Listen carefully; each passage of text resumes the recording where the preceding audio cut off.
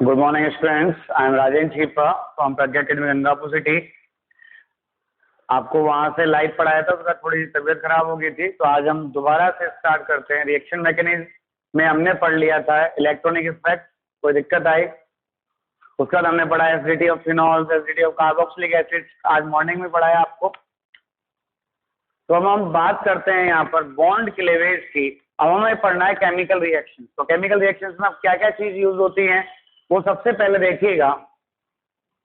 सबसे पहला शब्द आता है आपके बॉन्ड क्लीवेज, मतलब बॉन्ड का टूटना।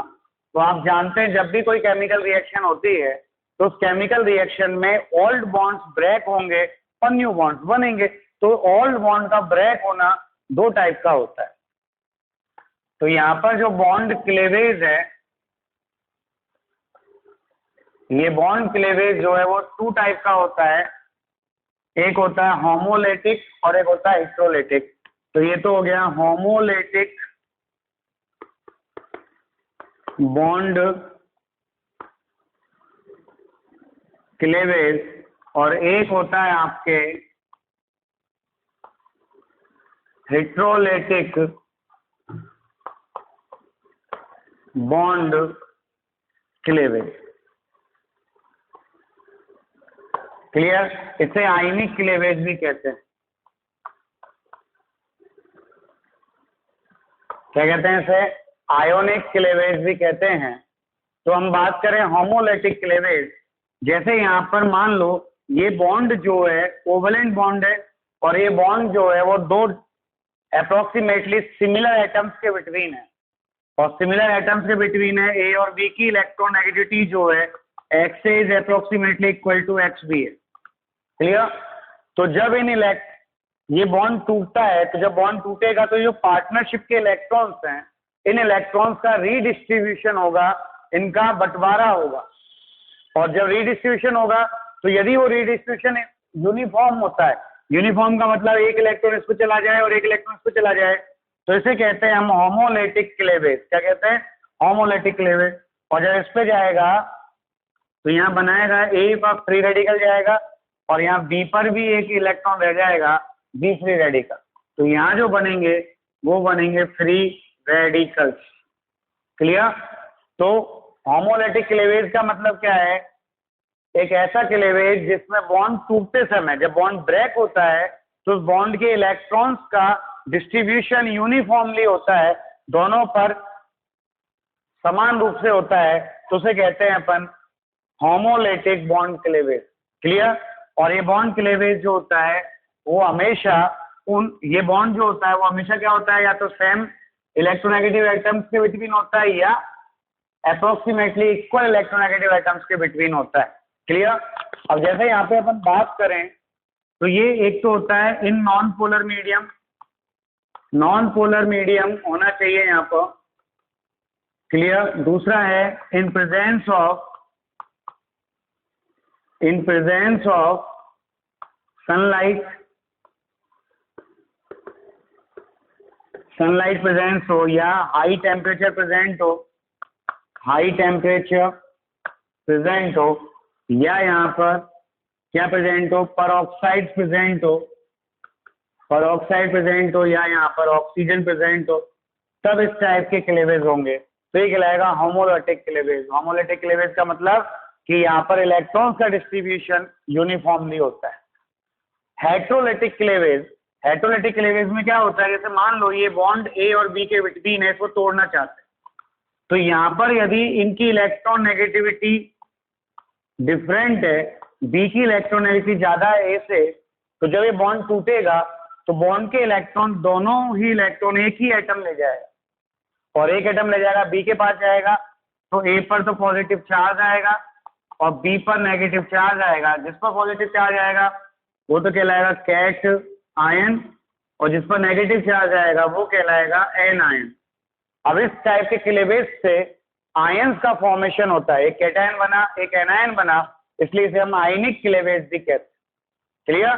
तो जब बॉन्ड का क्लीवेज हो और उस क्लीवेज में जब इलेक्ट्रॉन्स का डिस्ट्रीब्यूशन हो रहा है, रीडिस्ट्रीब्यूशन हो रहा है, वो यूनिफॉर्म ना होकर अनइक्वली डिस्ट्रीब्यूशन हो रहा है तो उसे कहते हैं इलेक्ट्रोलाइटिक क्लीवेज। और इस डिस्ट्रीब्यूशन से यहाँ पर कैटायन और एनायंस का फॉर्मेशन होता है, इसलिए इसे हम आयनिक क्लीवेज भी कहते हैं। क्या कहते हैं इसको? आयनिक क्लीवेज भी कहते हैं। फिर यहाँ बात आती है कि सर सबसे बड़ी बात क्या है कि ये जो क्लीवेज होगा वो होगा इन प्रेजेंस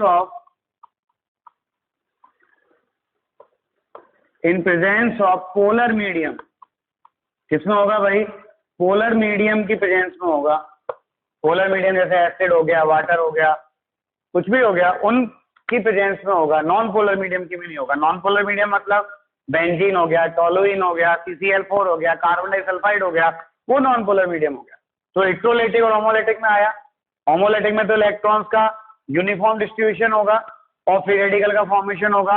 इलेक्ट्रोलाइटिक में जो इलेक्ट्रॉन्स है उनका यूनिफॉर्म डिस्ट्रीब्यूशन ना होकर अनयूनिफॉर्म डिस्ट्रीब्यूशन होगा, जिससे कैटायन और एनायंस का फॉर्मेशन होगा, इसलिए इसे आयनिक क्लीवेज भी कहते हैं। होमोलाइटिक क्लीवेज या तो नॉन पोलर मीडियम की प्रेजेंस में होता है, या सनलाइट की प्रेजेंस में होता है, या हाई टेम्परेचर पर होता है, या पेरोक्साइड या ऑक्सीजन की प्रेजेंस में होता है। जबकि इलेक्ट्रोलाइटिक क्लीवेज जो होता है वो पोलर मीडियम की प्रेजेंस में होता है। क्लियर? कैसे? इधर देखिएगा आप, देखें अपन एग्जाम्पल देखें इसका। तो देखो बेटा, इनमें कोई थ्योरी तो है नहीं है जो मुझे PDF फाइल की भेजनी पड़े। आप डायरेक्ट जो मैं बोल रहा हूँ उसको लिख लीजिए, और तो क्या करना है। क्लियर है? बहुत से बच्चे कहते सर PDF भेजो। अब इसकी क्या PDF भेजो? ये सिंपल चीज है। जब PDF की थ्योरी आएगी मैं भेज दूंगा, जब तक आप इसको लिखते रहिए। ठीक है? तो यहाँ पर आप देखें, Cl2 देख लिया, ये Cl2 मॉलिक्यूल, और ये Cl2 का अपन ले रहे हैं सनलाइट की प्रेजेंस में, Hν की प्रेजेंस। सनलाइट की प्रेजेंस में ले रहे हैं तो एक इलेक्ट्रॉन इस पे गया और एक इलेक्ट्रॉन इस पे गया, तो यहाँ क्या बना? 2Cl फ्री रेडिकल बना। क्लियर? आपने यहाँ पे ले लिया जैसे Br2 ले लिया, या यहाँ पे आपने CH4 ले लिया ऐसा, H H H H, और यहाँ पे ले लिया Cl फ्री रेडिकल। तो यहाँ पर ये तो इसके साथ बॉन्ड बना ले, तो यहाँ पर ये टूट गया ना भाई। ये एक इलेक्ट्रॉन लेके गया ना हाइड्रोजन केवल, एक इलेक्ट्रॉन तो ये कार्बन के पास ही रह गया ना भाई। तो कौन सा क्लीवेज हुआ? इसका होमोलाइटिक क्लीवेज हुआ। तो यहाँ पे क्या बनेगा? HC H H, और ये इलेक्ट्रॉन इस कार्बन पर ही रह गया ना भाई, ये फ्री रेडिकल प्लस HCl। आया कि नहीं आया? तो ये तो कहलाता है होमोलाइटिक क्लीवेज। क्या कहलाता है? ये होमोलाइटिक क्लीवेज कहलाता है। अब अगर आपको लेना है, मान लो हेट्रोलाइटिक क्लीवेज लेना है, तो ये कैसे आएगा? आप देखो, आपने ऐसे यहाँ पर मान लो एक कार्बोनिल ग्रुप ले लिया, और यहाँ पर आप जानते हैं कि इलेक्ट्रोनेगेटिविटी ऑक्सीजन की ज्यादा है बजाय कार्बन के, तो बॉन्ड के इलेक्ट्रॉन कौन अट्रैक्ट करेगा? ऑक्सीजन अट्रैक्ट करेगा। और यहाँ पे आपने प्रेजेंस ले ली Cn-, तो जब बॉन्ड के इलेक्ट्रॉन कार्बन के इलेक्ट्रॉन ऑक्सीजन लेके जाएगा, इस बॉन्ड के इलेक्ट्रॉनों को ऑक्सीजन लेके जाएगा, तो ऑक्सीजन पर नेगेटिव चार्ज आएगा, कार्बन पर पॉजिटिव चार्ज आएगा। तो ये नेगेटिव चार्ज कहाँ अटैक करेगा? पॉजिटिव पर, और इसने यहाँ अटैक कर दिया, तो क्या बना? यहाँ पर बना C, इस पे तो जुड़ गया Cn, और यहाँ आ गया O-, एनायन बन गया ना भाई। तो ये कहलाता है आपके हेट्रोलाइटिक क्लीवेज। यहाँ जो बॉन्ड ब्रेक हुआ ये हेट्रोलाइटिक हुआ ना भाई, इलेक्ट्रॉन ऑक्सीजन के पास ही गए केवल। क्लियर? और एग्जांपल देखें अपन, आपने ऐसे CH2 डबल बॉन्ड CH2 ले लिया, और यहाँ पर H+ ले लिया। अब ये इलेक्ट्रॉन मान लो मैं यहाँ लेके जा रहा हूँ और यहाँ लेके जा रहा हूँ, तो ये यहाँ अटैक कर रहा है ना भाई। जब ये यहाँ अटैक करेगा, सॉरी, ये इलेक्ट्रॉन मान लीजिए मैं इधर लेके जा रहा हूँ, तो यहाँ लेके जाऊंगा तो इसमें माइनस आएगा, इसमें प्लस आएगा, और माइनस वाले पे अटैक करेगा ना प्लस। तो बॉन्ड का इलेक्ट्रोलाइटिक क्लीवेज हुआ ना भाई, एक ही एटम पे गए ना ये, किसकी प्रेजेंस में? एसिड की प्रेजेंस में। तो ये हो गया पोलर सॉल्वेंट या पोलर मीडियम। तो यहाँ पे क्या बनेगा? CH2 और ये CH3, और ये क्या आ गया? प्लस, कैटायन बना। क्या बना? कैटायन बना। तो ये कहलाता है आपके हेट्रोलाइटिक क्लीवेज। तो ये तो थे क्लीवेज, दो टाइप के थे, one homolytic and second heterolytic. अब वो यहाँ पर पहली चीज तो क्लियर है कि भाई क्लीवेज आएगा, अब बॉन्ड क्लीवेज तो समझ में आ गया ना भाई, जब बॉन्ड के इलेक्ट्रॉनों का दोनों तरफ समान रूप से डिस्ट्रीब्यूशन होता है, यूनिफॉर्म डिस्ट्रीब्यूशन होता है, तब तो कहलाता है होमोलैटिक क्लीवेज। और जब ये डिस्ट्रीब्यूशन यूनिफॉर्म ना होकर अनयूनिफॉर्म होता है तो वो कहलाता है हेटेरोलेटिक क्लीवेज। अब हम बात करें यहाँ पर अटैकिंग स्पीशीज की या अटैकिंग रीजेंट की। अटैकिंग रीजेंट या स्पीशीज। अटैकिंग रीजेंट क्या होता है?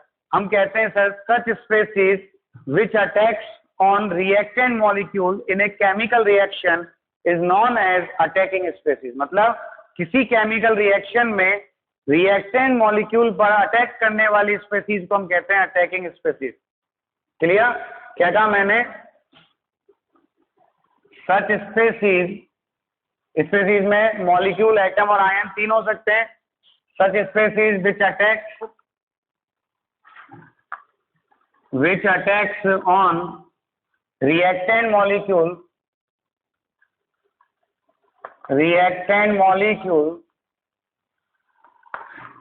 in a reaction is known as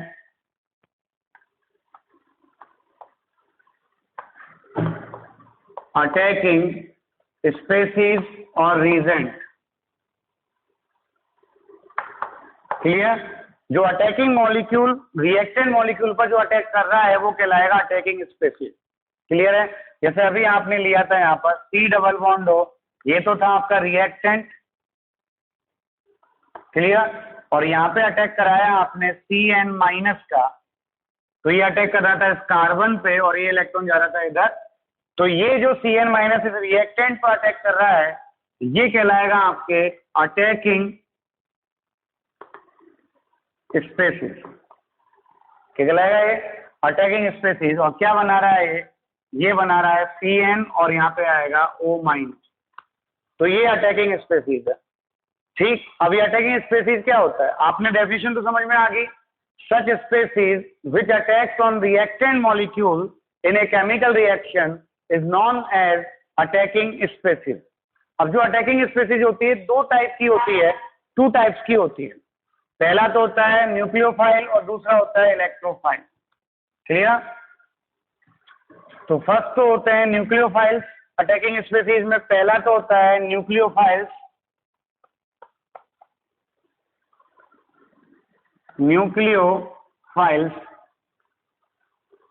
या न्यूक्लियोफिलिक रीजेंट्स। क्लियर? न्यूक्लियोफाइल को शॉर्ट में हम लिखेंगे NU माइनस से, नाम से फेमस है न्यूक्लियोफाइल।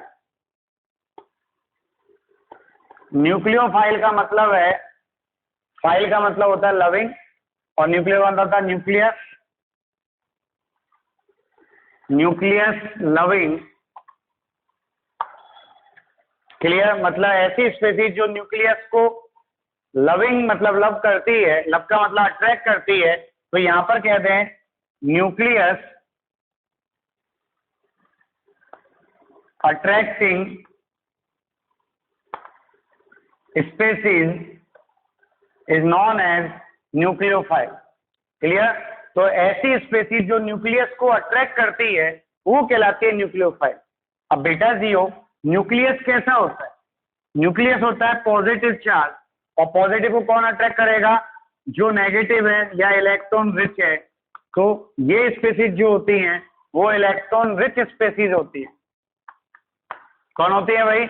इलेक्ट्रॉन रिच स्पीशीज होती हैं। तो न्यूक्लियोफाइल का मतलब क्या है? न्यूक्लियस, ऐसी स्पीशीज जो न्यूक्लियस को अट्रैक्ट करती हैं वो कहलाती है न्यूक्लियोफाइल या न्यूक्लियोफिलिक रीजेंट्स कहलाती है। अब न्यूक्लियस कैसा होता है? पॉजिटिवली चार्ज होता है। पॉजिटिव को कौन अट्रैक्ट करेगा? नेगेटिव या इलेक्ट्रॉन रिच। नेगेटिव को हम कहते हैं इलेक्ट्रॉन रिच। तो जितनी भी इलेक्ट्रॉन रिच स्पीशीज होती हैं वो न्यूक्लियोफाइल कहलाती हैं। क्लियर? तो हम अगर बात करें कि न्यूक्लियोफाइल की डेफिनेशन क्या होगी, तो हम कह दें कि these are electron rich species. कैसी स्पीशीज होती हैं? इलेक्ट्रॉन रिच स्पीशीज होती हैं। तो हमने कहा these are electron rich species electron rich species होती हैं विच अटैक्स ऑन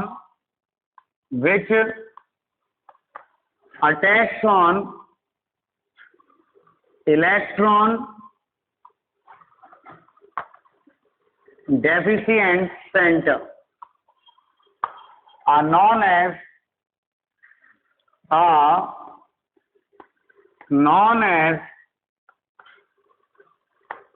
nucleophile या न्यूक्लियोफिलिक रिएजेंट। क्लियर? ऐसी स्पेसीज जो इलेक्ट्रॉन रिच हैं, क्या है भाई, इलेक्ट्रॉन रिच हैं, और जो इलेक्ट्रॉन डेफिशिएंट सेंटर पर अटैक करती हैं वो कहलाती हैं आपके न्यूक्लियोफाइल। कहलाती हैं वो आपके न्यूक्लियोफाइल कहलाती है। तो कन्फ्यूजन, तो उन्हें हम कहते हैं न्यूक्लियोफाइल। क्लियर? तो ये कहलाती है आपके न्यूक्लियोफाइल। अब न्यूक्लियोफाइल्स में कौन कौन आता है, अपन पहले बात करें तो इसमें आते हैं ऑल द एनायंस। जितने भी एनायंस हैं सारे के सारे एनायंस न्यूक्लियोफाइल होते हैं। क्या कहा मैंने? ऑल द एनायंस, जितने भी एनायंस हैं वो सारे के सारे न्यूक्लियोफाइल होते हैं। ओके, जैसे आपने यहाँ पे लिया Cl minus, Br minus, I minus, F minus, H minus, OH minus, SH minus, RO minus, OS, SR minus, RNH minus, R2N minus, NH2 minus, N3 minus, N3 minus, CH3, COO minus, CN minus, okay, CH triple bond C minus. Clear? और यहाँ पे आपने ले लिया OR minus, ले लिया CN minus, ले लिया। ठीक है ना? जितने भी माइनस आएंगे वो सारे के सारे एनायंस जो हैं वो कहलाएंगे न्यूक्लियोफाइल। तो न्यूक्लियोफाइल को पहचानने का क्या तरीका है? सबसे पहले आप देखें कि एनायंस कौन कौन से हैं। तो जितने भी जो एनायंस हैं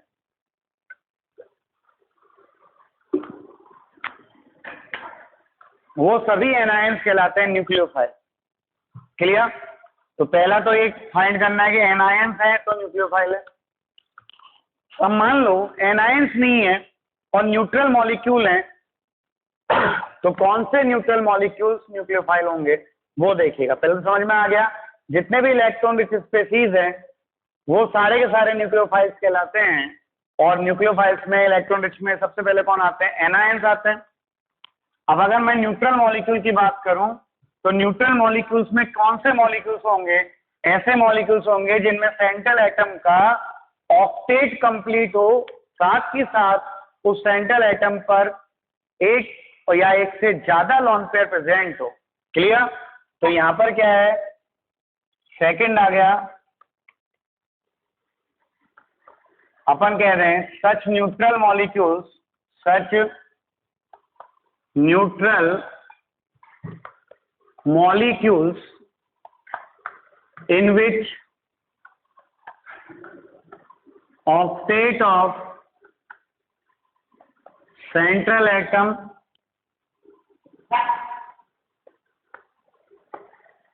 complete and have one or more lone pair, और उस सेंट्रल एटम के पास एक या एक से अधिक लॉन पेयर प्रेजेंट हो वो कहलाते हैं आपके न्यूक्लियोफाइल्स। तो न्यूक्लियोफाइल्स में हमें कौन से न्यूट्रल मॉलिक्यूल्स लेने हैं? ऐसे न्यूट्रल मॉलिक्यूल्स लेने हैं जिनमें सेंट्रल एटम का ऑक्टेट कंप्लीट है और साथ ही साथ उस सेंट्रल एटम के पास एक या एक से अधिक लॉन पेयर प्रेजेंट है, तो कहलाता है न्यूक्लियोफाइल। जैसे आपने यहां ले लिया NH3 लॉन पेयर है नाइट्रोजन पर, RNH2 नाइट्रोजन पे लॉन पेयर है, R2NH नाइट्रोजन पे लॉन पेयर है। तो आपको पहचानना है बस सेंट्रल एटम पे लॉन पेयर होना चाहिए। R3N लॉन पेयर है, H2O लॉन पेयर है, ROH लॉन पेयर है। क्लियर? ROR लॉन पेयर है, तो जिन सब पर लॉन पेयर होगा वो सारे के सारे कहलाएंगे आपके क्या, न्यूक्लियोफाइल। क्लियर? तो आप देखो इनको पहचानो, आपने 11th में पढ़े हैं, all the nucleophiles are Lewis base, all the nucleophiles are Lewis base. जितने भी न्यूक्लियोफाइल्स होते हैं वो सभी के सभी लुईस बेस होते हैं, क्योंकि लुईस बेस भी तो यही होते हैं, इलेक्ट्रॉन डोनर को ही हम लुईस बेस कहते हैं। इन सबके पास क्या नेगेटिव चार्ज है या लॉन पेयर है, तो इलेक्ट्रॉन पेयर को डोनेट करेगा ना भाई, तो ये कहलाएंगे सारे के सारे न्यूक्लियोफाइल्स जो हैं वो लुईस बेस है। अब मान लो वहां पे आपको ऐसे बॉन्ड दे दिया, RLI बॉन्ड है, अब इसमें पूछा है न्यूक्लियोफाइल कौन होगा, तो जो मोर इलेक्ट्रोनेगेटिव होगा वो न्यूक्लियोफाइल होगा। क्या कहा मैंने? जो मोर इलेक्ट्रोनेगेटिव होगा, वो मोर इलेक्ट्रोनेगेटिव जो है वो तो न्यूक्लियोफाइल है।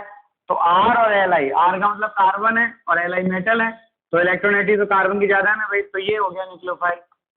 आपने RMgX ले लिया, तो इसमें इलेक्ट्रोनेगेटिव कार्बन की ज्यादा है, तो ये हो गया न्यूक्लियोफाइल। आपने यहाँ पे RCl ले लिया, तो इलेक्ट्रोनेगेटिव किसकी ज्यादा है, Cl की ज्यादा है, तो ये न्यूक्लियोफाइल हो गया। क्लियर? आपने RNH2 ले लिया, तो न्यूक्लियोफाइल कौन हो गया, N हो गया। तो जब ऐसा हो, मॉलिक्यूल गिवन हो, तो वहां पे आपको देखना है कि किसकी इलेक्ट्रोनेगेटिविटी ज्यादा है, और जिसकी इलेक्ट्रोनेगेटिविटी ज्यादा है वो कहलाएगा आपके न्यूक्लियोफाइल। कोई कंफ्यूजन? क्लियर है चीज? अब अपन बात करते हैं अगला रीजन जिसका नाम है इलेक्ट्रोफाइल, है ना। सेकेंड टाइप का अटैकिंग स्पीसीज आएगी इलेक्ट्रोफाइल। तो न्यूक्लियोफाइल तो क्लियर है, क्या होते हैं, इलेक्ट्रॉन रिच स्पीसीज होते हैं जो इलेक्ट्रॉन डेफिशिएंट सेंटर पर अटैक करते हैं, उन्हें कहते हैं अपन न्यूक्लियोफाइल। सेकंड हम बात करें कौन सा फाइल है, इलेक्ट्रोफाइल है। इलेक्ट्रोफाइल नाम से फेमस है, इलेक्ट्रो प्लस फाइल। क्या है इसका संधि विच्छेद करें अपन इसको, तो इलेक्ट्रो प्लस फाइल। तो इलेक्ट्रो का मतलब तो होता है इलेक्ट्रॉन, और फाइल का मतलब होता है लविंग, मतलब अट्रैक्टिंग। तो इलेक्ट्रॉन अट्रैक्टिंग जो स्पीसीज है, इसका मतलब क्या हो गया, इलेक्ट्रॉन अट्रैक्टिंग स्पीसीज जो है वो कहलाती है आपके इलेक्ट्रोफाइल। और इलेक्ट्रोफाइल को शॉर्ट में लिखते हैं अपन E+ के रूप में। किसके रूप में लिखते हैं, E+ के रूप में। तो हमने कहा electron attracting species are known as electrophile. Okay, E+ से रिप्रेजेंट करते हैं। तो इलेक्ट्रॉन कैसा चार्ज होता है, इलेक्ट्रॉन नेगेटिव चार्ज होता है, और नेगेटिव चार्ज को कौन अट्रैक्ट करेगा, जो इलेक्ट्रॉन डेफिशिएंट होगा वो अट्रैक्ट करेगा, मतलब जिसका इलेक्ट्रॉन की कमी होगी वो इलेक्ट्रॉन को अट्रैक्ट करेगा। क्लियर है? तो ये जो होते हैं इलेक्ट्रोफाइल क्या होते हैं, इलेक्ट्रॉन डेफिशिएंट स्पीसीज होते हैं जो इलेक्ट्रॉन रिच सेंटर पर अटैक करते हैं। क्या कहा मैंने, these are the electron deficient species. क्या डेफिनेशन आएगी इनकी, these are the electron deficient species which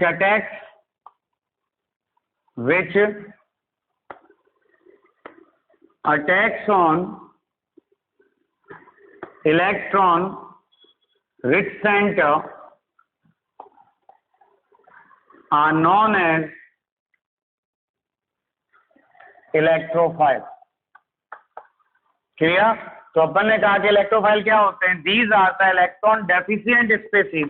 ये इलेक्ट्रॉन डेफिशिएंट स्पीसीज होती है, मतलब इन पर इलेक्ट्रॉन की कमी होती है, और जो कहाँ अटैक करते हैं, इलेक्ट्रॉन रिच सेंटर पर अटैक करते हैं। Attacks on electron rich centre, जहां पर इलेक्ट्रॉन का एक्सिस होता है, मतलब नेगेटिव चार्ज हो या लॉन पेयर हो, वहां पर अटैक करते हैं, तो इन्हें हम कहते हैं इलेक्ट्रोफाइल, मतलब E+। क्लियर? अब कौन कौन से होते हैं, तो जो इलेक्ट्रॉन को अट्रैक्ट करता है उन्हें तो हम लुईस एसिड भी कहते हैं। भाई इलेक्ट्रॉन को अट्रैक्ट करने वाला क्या कहलाता है, आपके लुईस एसिड भी कहलाता है। तो all the electrophiles are Lewis acid. क्या कहा मैंने? ऑल द इलेक्ट्रोफाइल्स आर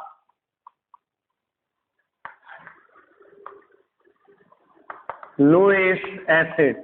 तो जितने भी इलेक्ट्रोफाइल्स हैं वो सब आपके लुईस एसिड्स हैं, इतना ध्यान रखें आप। क्लियर? और लुईस एसिड्स हैं तो अपन यहाँ बात करेंगे, किस तरह से बात करेंगे वो देखिएगा। तो आपने जो जो लुईस एसिड्स पढ़े थे 11th क्लास में, वो सारे के सारे लुईस एसिड्स जो हैं वो इलेक्ट्रोफाइल हैं। जैसे पहला अपन ने पढ़ा all the cations, all the cations except C except H3O plus and NH4 plus। NH4 और H3O plus को छोड़कर जितने भी कैटायंस हैं वो सारे के सारे आपके इलेक्ट्रोफाइल्स कहलाते हैं। क्या कहलाते हैं? सारे के सारे इलेक्ट्रोफाइल्स कहलाते हैं। कैसे? जैसे आपने ले लिया यहाँ पर H प्लस ले लिया, Li प्लस ले लिया, Na प्लस ले लिया, K प्लस ले लिया, Mg+2 ले लिया, CH3 प्लस ले लिया, C2H5 प्लस ले लिया। तो इन सबको कहते हैं अपन R प्लस, मतलब कार्ब कैटायंस। तो जितने भी कार्ब कैटायंस हैं सारे के सारे आपके इलेक्ट्रोफाइल हैं। ठीक, आपने Cl प्लस ले लिया, Br प्लस ले लिया, I प्लस ले लिया, NO प्लस ले लिया, ये सब क्या है आपके? ये सारे के सारे कहलाएंगे इलेक्ट्रोफाइल। तो जितने भी कैटायंस होते हैं all the cations are electrophile. क्या कहा मैंने? जितने भी कैटायंस होते हैं वो सभी कैटायंस क्या होते हैं? आपके इलेक्ट्रोफाइल होते हैं। क्लियर? कोई कंफ्यूजन? अब हम यहाँ पे बात करें कैटायन के बाद हम बात करें सेकंड न्यूट्रल मॉलिक्यूल की बात करें तो अपन कह रहे हैं such neutral molecules, such neutral molecules in which octet of central atom is incompleted, is incompleted। Clear? Central atom का जो ऑक्टेट है वो इनकम्प्लीट है, और जब ऑक्टेट इनकम्प्लीट होगा तो क्या करेगा? इलेक्ट्रॉन को अट्रैक्ट करेगा अपने ऑक्टेट को कंप्लीट करने के लिए, और जो इलेक्ट्रॉन को अट्रैक्ट करेगा वो क्या कहलाएगा? इलेक्ट्रोफाइल कहलाएगा। तो जितने भी न्यूट्रल एटम्स हैं जिनमें सेंट्रल एटम जो है उनका ऑक्टेट इनकम्प्लीट है वो कहलाते हैं आपके electrophiles. For example BCl3, BF3, AlCl3, AlBr3, FeCl3 और FeBr3, ये सब क्या हो गए आपके? ऑक्टेट इनकम्प्लीट वाले हो गए। क्लियर? तो इन्हें हम कहते हैं लुईस एसिड। न्यूट्रल मॉलिक्यूल में ऐसे हो गए। कुछ न्यूट्रल मॉलिक्यूल ऐसे हैं जिनमें ऑक्टेट तो कंप्लीट है लेकिन उनके पास डी ऑर्बिटल जो है वो बैकेंड प्रेजेंट है। क्या प्रेजेंट है भाई? बैकेंड डी ऑर्बिटल प्रेजेंट है। तो जिनके पास बैकेंड डी ऑर्बिटल प्रेजेंट होंगे वो क्या करेंगे? इलेक्ट्रॉन्स को उन बैकेंड डी ऑर्बिटल्स में अट्रैक्ट करेंगे। क्लियर? तो थर्ड आता है आपके वैकेंट डी ऑर्बिटल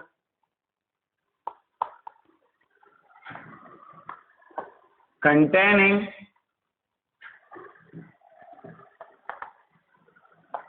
molecules।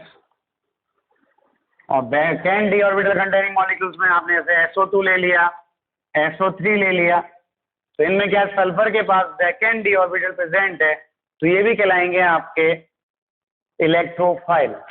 अब जैसे आपने यहाँ पर ले लिया चौथा टाइप का, जैसे ये RLi बॉन्ड ले लिया, तो इसमें जो वहां तो क्या था न्यूक्लियोफाइल में मोर इलेक्ट्रोनेगेटिव न्यूक्लियोफाइल था, यहाँ लेस इलेक्ट्रोनेगेटिव जो होगा वो इलेक्ट्रोफाइल होगा।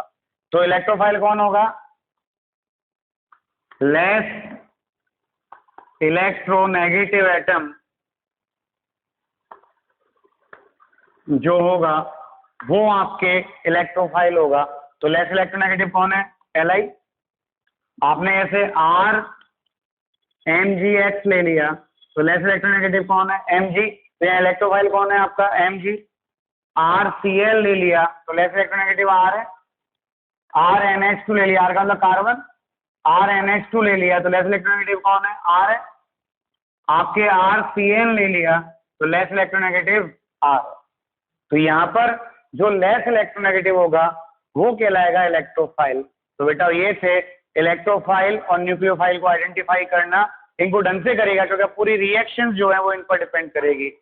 क्लियर है? अब आपके देखिएगा यहाँ पर सिंपल न्यूक्लियोफाइल हो गया, सिंपल इलेक्ट्रोफाइल हो गया, कोई दिक्कत है? अब एक लास्ट और आता है एम्बीडेंट न्यूक्लियोफाइल। एम्बीडेंट न्यूक्लियोफाइल को अपन हिंदी में कहते हैं उभयदंतुक। मतलब एक ऐसा न्यूक्लियोफाइल, ये राजस्थान बोर्ड में आ चुकी है इसकी डेफिनेशन 2014 में कि साइनाइड जो है वो एम्बीडेंट न्यूक्लियोफाइल है। तो उसमें कौन कौन से डोनर एटम होंगे? तो एम्बीडेंट न्यूक्लियोफाइल का मतलब क्या है? इसका मतलब है सच nucleophiles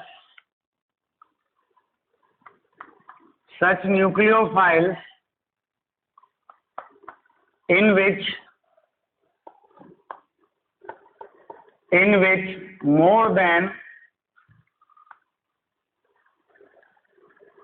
more than one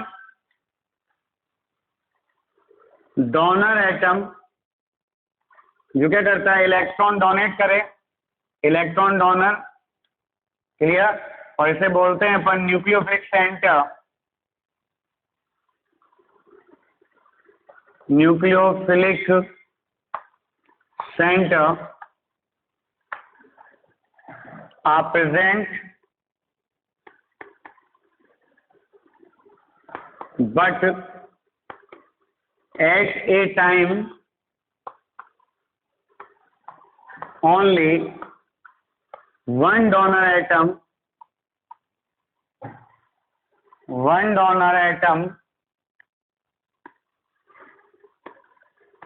can donate electron pair are known as ambident nucleophile. Clear? तो एम्बीडेंट न्यूक्लियोफाइल का मतलब क्या होता है? ऐसे न्यूक्लियोफाइल जिनमें एक से ज्यादा डोनर एटम प्रेजेंट होते हैं, मतलब न्यूक्लियोफिलिक सेंटर्स प्रेजेंट होते हैं, बट एक टाइम पर केवल एक ही न्यूक्लियोफिलिक सेंटर या एक ही डोनर एटम अपने लोन पेयर डोनेट कर सकता है या इलेक्ट्रॉन पेयर को डोनेट कर सकता है। तो उसे कहते हैं अपन एम्बीडेंट न्यूक्लियोफाइल। क्या कहते हैं उसे? एम्बीडेंट न्यूक्लियोफाइल कहते हैं। क्लियर?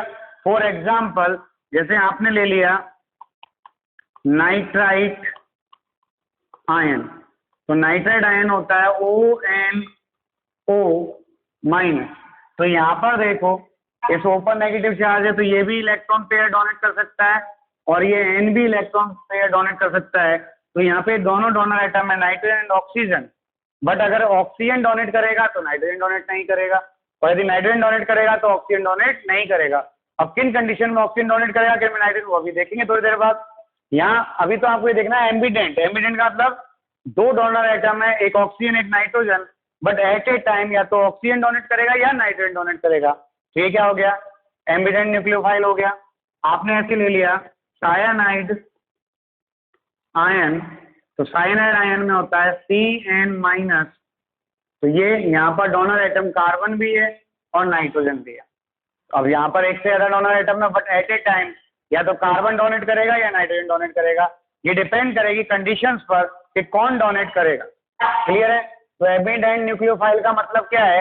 एम्बीडेंट न्यूक्लियोफाइल का मतलब है जिनके पास एक से ज्यादा डोनर एटम होते हैं, बट एक टाइम में वो केवल एक ही डोनर एटम को यूज कर सकता है, तो कहलाता है आपके एम्बीडेंट न्यूक्लियोफाइल।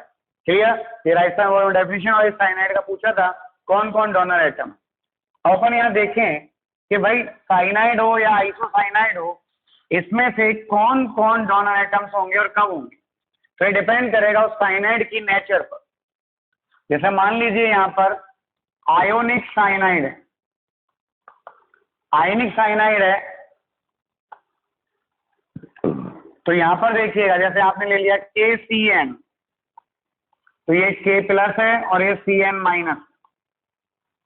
जब इसको वाटर में डालेंगे तो ये CN माइनस में ब्रेक होगा और K प्लस देगा। क्लियर। तो यहां पर जब कार्बोकेटायन आएगा तो कार्बोकेटायन को इलेक्ट्रॉन पेयर कार्बन प्रोवाइड कराएगा। क्यों? क्योंकि यहाँ बनने वाला CC बॉन्ड जो है वो मोर स्ट्रॉन्ग होगा देन CN बॉन्ड। और आप जनरली देख लें नेगेटिव चार्ज है और लॉन पेयर है तो इलेक्ट्रॉन डेंसिटी नेगेटिव चार्ज पर ज्यादा होगी, तो ये जल्दी प्रोवाइड कराएगा। और जब ये प्रोवाइड कराएगा तो ये क्या बनाएगा, R किससे जुड़ेगा, C से जुड़ेगा तो RCN बनेगा, तो इसका नाम होएगा एल्किल साइनाइड। तो यहाँ पे क्या बनेगा आपके एल्किल साइनाइड बनेगा।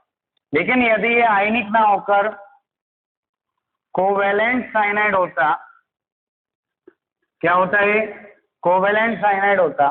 कोवेलेंट साइनाइड का मतलब जैसे AgCN ले लिया, अभी आयनाइज तो होता ही नहीं, और आयनाइज नहीं होता तो कार्बन पर माइनस है ही नहीं। अब क्या है, केवल नाइट्रोजन पे लॉन पेयर है, तो ये नाइट्रोजन ही अपना लॉन पेयर दे सकता है। तो अब यहाँ पर इलेक्ट्रॉन कौन डोनेट करेगा, नाइट्रोजन, और नाइट्रोजन डोनेट करेगा तो क्या बनेगा, R किससे जुड़ेगा, N से, तो ये बनेगा RNC, जिसे हम कहते हैं एल्किल आइसो सायानाइड। तो यहाँ पर देखिए दोनों डोनर एटम है CN में, एक कार्बन भी एक नाइट्रोजन भी है, लेकिन जब ये आयनिक है तो कार्बन डोनेट कर रहा है, और ये कोवेलेंट है तो यहाँ नाइट्रोजन डोनेट कर रहा है। क्लियर है। और जब कार्बन डोनेट कर रहा है तो एल्किल साइनाइड बन रहा है, और जब नाइट्रोजन डोनेट कर रहा है तो एल्किल साइनाइड बन रहा है। इसलिए इसे कहते हैं अपन एम्बिडेंट न्यूक्लियोफाइल। क्या कहते हैं, एम्बिडेंट न्यूक्लियोफाइल। क्लियर। ये पूछा था राजस्थान बोर्ड 2014 में, क्वेश्चन आया था। इसको सॉल्व करिएगा, कोई दिक्कत आए तो बताइएगा। Thank you.